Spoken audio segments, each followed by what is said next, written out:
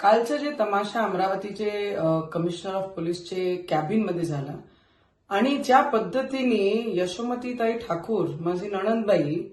ज्या पद्धतीने तिथे व्यवहार करत होत्या, एक लीडर म्हटल्यानंतर त्यांची जी बोलण्याची भाषा आहे, ज्या पद्धतीने ते शिवीगाळ करत आहे एक सिनियर राज्यसभा मेंबर अनिल बोंडेदादांना, ही काही पद्धत एक लीडरला शोभण्यासारखी नाहीये. कधी खासदाराला धक्के मारणे,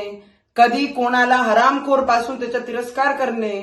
मला असं वाटते लोकशाहीमध्ये आपले आपले मत मांडण्याचा सगळ्यांना अधिकार आहे, पण दुसरे लोकप्रतिनिधींनी आणि अजिबात जेव्हा महिला बोलतात आणि ऍज ए महिला जे लीड करत आहे त्यांनी या पद्धतीची भाषा, ते नेहमी म्हणतात अमरावतीची संस्कृती कोणाला शिवीगाळ करणं नाही. पहिले नणंदबाईंनी हे समजून घ्यावे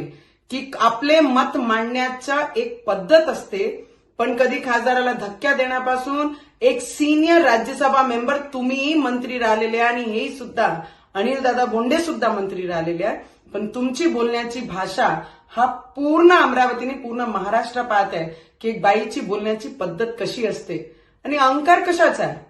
नणंदबाईला माझा प्रश्न आहे, इलेक्शन येतात, कोणी पराभव होते, कोणी निवडून येते, पण इलेक्शन झाल्यानंतर